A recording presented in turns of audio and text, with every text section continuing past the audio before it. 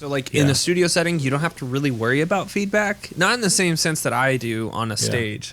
And so it changes your set of priorities when you're using the same tools.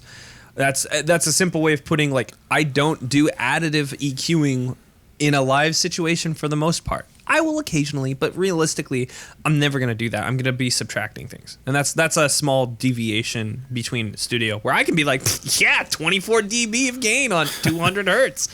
Don't ever do that. That's a bad idea. I would never do that. I would do 15 dB at 8K on a kick, though. Lame. So why not 9K? So Joe, why is that? Why is that for subtractive EQ? Oh, because you're dealing with gain structure. No, that's the simple answer is gain structure. So when you're boosting, you're actually affecting the gain structure for that section of frequencies.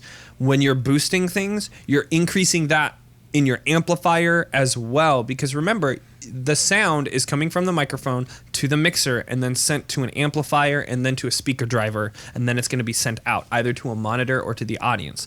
And if you boost too much, you're going to create feedback loops because you're going to be magnifying that. And in a studio, you have fairly good control of acoustics. In a live situation, you really kind of don't.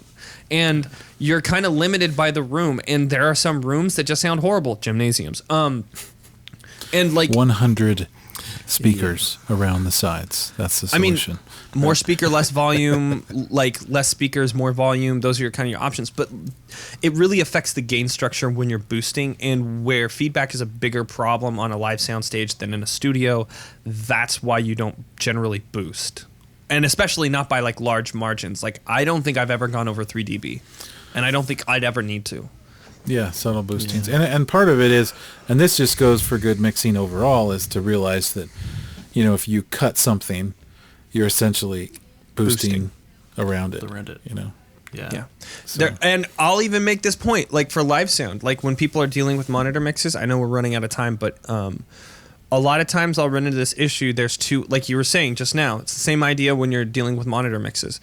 You can always increase the volume of the thing you need, but sometimes you should decrease the volume of everything else instead of increasing the volume.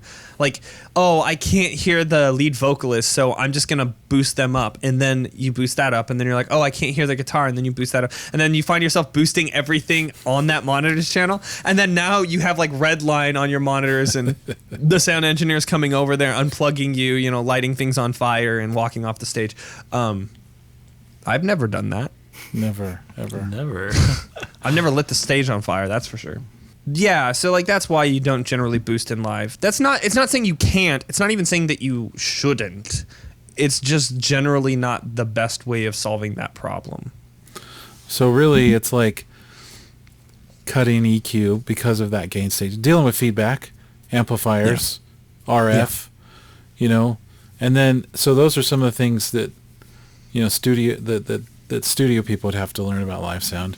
And then going the other way around, stuff, there is like the quality of preamps and stuff like that is, and microphones really shines through a lot more in recording